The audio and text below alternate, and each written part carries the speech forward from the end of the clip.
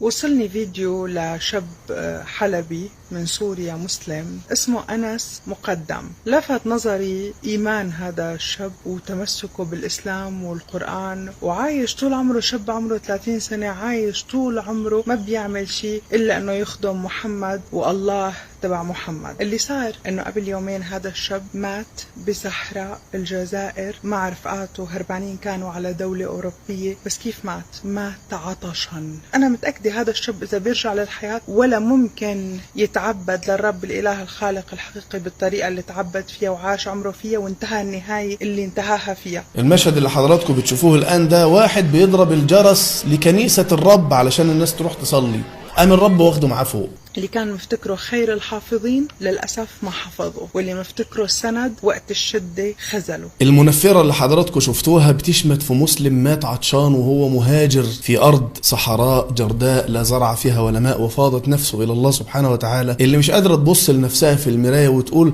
طب من الذي اضطره إلى أن يهاجر من أرضه ويخرج منها؟ الدب الروسي النصراني الرافع لراية الصليب الموجود الآن في أرض سوريا حررها الله، واللي دك سوريا دك، واللي عمرنا ما هننسى ما فعله النصارى في سوريا، خاصة النصارى الروس لن ننساه، وهنحفظه لعيالنا وعيال عيالنا وعيال عيال عيالنا حتى نأخذ الحق إن شاء الله. والأيام دول، اليوم لكم نصر وغدا إن شاء الله يومنا، وإن غدا لناظره لقريب. لكن هذه المنفرة اللي بتشبت في إنسان مات عطشان عشان اضطر يخرج من بلده ليبحث عن بلد يعيش فيه في أمان، لم تستطع أن تواجه نفسها وتقول من الذي اضطره إلى أن يخرج؟ هم نفسهم النصارى الذين يدكون سوريا الآن على يد الدب الروسي. الآدمية اللي حضراتكم شفتوها دي مثال عملي واقعي للمحبة النصرانية المدعاة. هي نفسها كده دايما تدخل عندها تدعي المحبة وإن الرب جاء ليخلصكم وإحنا بتوع المحبة يا جدع، لكن في حقيقة الأمر تحمل في قلبها غل وحقد على الإسلام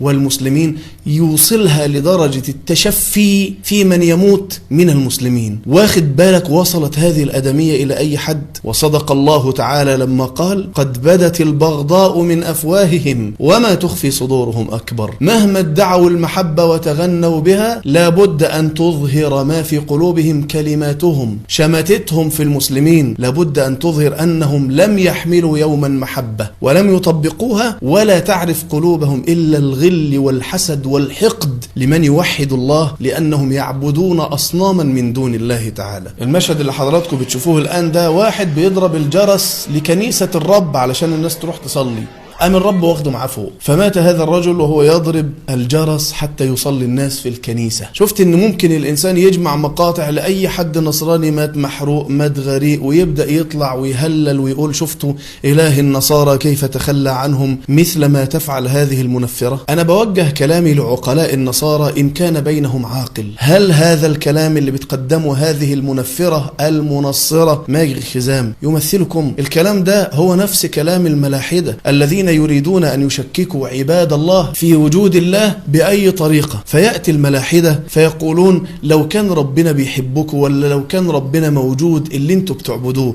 ليه بتمرضوا؟ طب ليه بتموتوا؟ طب ليه بتقوم حروب؟ طب ليه في أطفال بينزلوا عجزة من بطون أمهاتهم؟ هذه لهجة الملاحدة. فهل هذه المرأة بهذه الطريقة بتكون داعية إلى دينكم؟ والله لو كانت هذه هي الدعوة إلى دينكم فبئس الدين وبئس من يدعو إلى دينكم.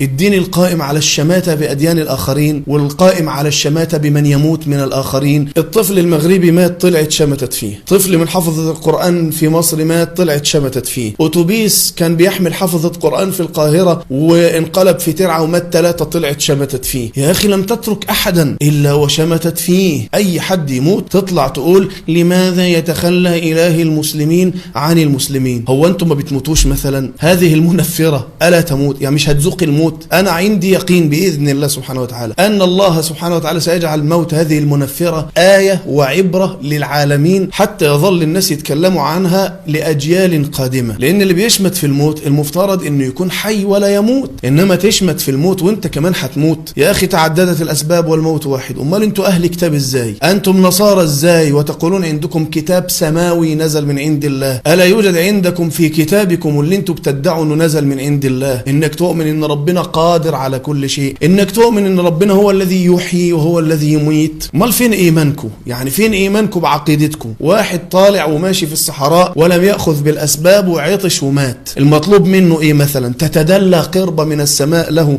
حتى يسقيه الله سبحانه وتعالى مثلا، او ينزل الله اليه ملكا فيسقيه بيده. طالما الانسان قصر في الاخذ بالاسباب فانه لا يلوم رب العالمين على ما وقع فيه. الامر الثاني انه ما يدريكم انه هو اخذ بالاسباب وان الله اغاثه، لكن هذا وقته وهذه ساعته التي مات فيها واراد الله له هذه الميتة. فين الايمان بقضاء الله وقدره؟ المنفرة اللي في كل مقطع تطلع تقول اله المسلمين تخلى عنهم ويموتون، او المهلك اهلكهم. طب لماذا تخلى الهكم عن يسوع الذي تعبدونه وهو يموت؟ هو مش يسوع اللي انتوا بتعبدوه، اخذوه وصلبوه وضربوه ووضعوا الشوك على رأسه ووضعوه على خشبة وصلبوه حتى خرجت روحه ومات وشبع موت لمدة 3 أيام واتردم عليه التراب. كان فين إلهه؟ ده انتوا حتى مش بتعتقدوا ان الله إله يسوع، لا ده انتوا بتقولوا انه يسوع ابن الله، والله اللي هو الله يترك ابنه يصلب ويجلد ويوضع الشوك على رأسه حتى تفيض نفسه ويموت لمدة 3 أيام. كان فين إله يسوع؟ كان فين إلهكم لما الوثنيين في القسطنطينية أحرقوا معظم القساوسة والبابوات عندكم وسمتوهم شهداء وقديسين؟ سميتوهم شهداء وقديسين ليه؟ ليه ما قلتوش إن المهلك أهلكهم، وإنهم هم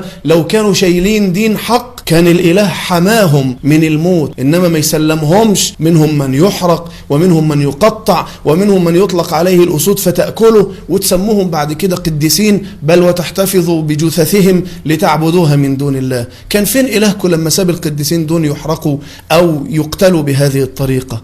مش ده برضو مهلك وأهلكهم؟ ولا هو الموت عندكم فيه خيار وفقوس، تختاروا بمزاجكم وتسيبوا بمزاجكم؟ إذا مسلم مات يبقى المهلك أهلكه، لكن لما انتوا تفتصوا ولا تموتوا في أي مكان يبقى لا، ده احنا شهداء وقديسين. ما لكم كيف تحكمون؟ عيب. أنا ندائي والله ما بكلم هذه المنفرة ولا أرضى إني أوجه لها الخطاب، لأن ريحتها وصلاني لحد هنا، الزناخة وصلاني، الحقد اللي مالي قلبها وصلني، الغل اللي بيقطر من لسانها وصلني. فأنا لا أوجه خطابي لها، وإنما أوجه خطابي للنصارى. العبد بيعيش وله فترة وبيموت، وإن الموت ممكن يأتي على صور متعددة، فمن الناس من يموت على فراشه ومنهم من يموت مقتول ومحروق وغريق بأي طريقة كانت. المهم إن الإنسان بيموت في الساعة التي كتب الله له أن يموت فيها، وإن أجل ربنا عز وجل لما بيجي لا يستأخر ساعة ولا يستقدم. انتوا المفترض ان انتوا بتؤمنوا بده. فنصيحة، اذا كنتم عندكم بقية باقية من الغير على دينكم انتم والمحبة له، تكلموا عن هذه المرأة وكلموها وقولوا لها عيب، اصل هذه الطريقة هي طريقة الملحدين، فهذه المرأة تشكك النصارى قبل المسلمين في دينهم، وبتنفر الناس عن الإيمان بالكتب السماوية وبرب السماوات والأرض. لأنك لما كل ما واحد يطلع تموت تقول إن الله تخلى عنه والمهلك أهلكه، أنت كده بتخلي الإنسان يعتمد على غير الله ويبعد عن الله عز وجل. فضعيف الإيمان سواء كان مسلم أو يهودي أو نصراني ربما يلحد بسبب كلمات هذه المنفرة المنصرة. فشدوا على يديها وعرفوها ان اللي بتعمله ده لا يوافق حتى مجرد الإيمان بالله، الإيمان المجرد بالله سبحانه وتعالى. لو كانت تؤمن أن الله عز وجل هو الذي يحيي ويميت ما كانت لتخرج في كل مقطع فيديو لتقول هذا الكلام. أنا ما كنتش ناوي أتكلم، هي قالت الكلام ده بقالها يمكن شهر أو أقل أو يزيد، ما كنتش ناوي أتكلم، لكن فوجئت إن كثير من الإخوة والأخوات شافوا المقطع وغاظهم وعملوا لي منشن، وبالله عليك شوف ورد.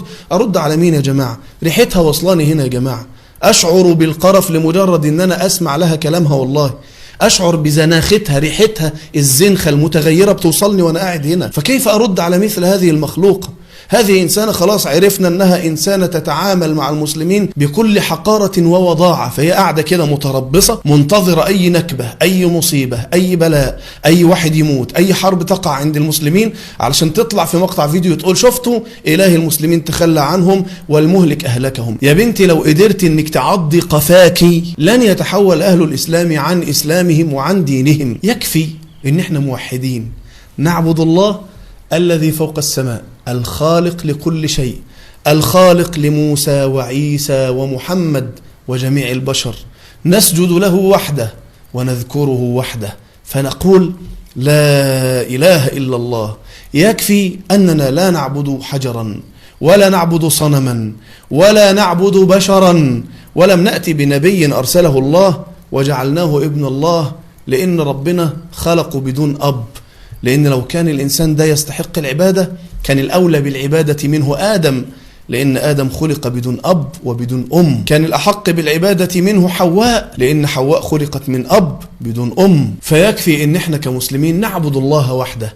لما تبقوا زينا أيتها المنفرة المنصرة ابقوا تكلموا عننا. لما تكونوا عارفين انتوا بتعبدوا مين، أي إله من الثلاثة بتدعوه أو بتعبدوه أو بتلجأوا إليه، فناطحين وارفعي رأسك حتى تساوي برأسك رؤوسنا. أنا بكون في قمة السعادة لما الحقد يملأ قلوبهم والغل يملأهم لدرجة أنهم ما بيقدروش يتحملوا وبيخلعوا لباس الدبلوماسية والمحبة ويخرجوا حتى يشمتوا في المسلمين. شافت كلمة حلال راحت عشان تقول ازاي في أمريكا كلمة حلال، والحلال دي تبع الإسلام. شافت أحمد ما عرفتش تنام وازاي كلمة أحمد موجودة في الكتب. إنسانة تمشي بالغل والحقد. فأين أحبوا أعداءكم وباركوا لاعنيكم وصلوا لأجل الذين يسيئون إليكم. كلمات وشعارات تتغنون بها فقط، لكن حقيقتكم هي ما قالها الله سبحانه وتعالى في كتابه، وصدق الله، لأن فعلا انتوا بتعملوا اللي ربنا قال عنه رب المسلمين.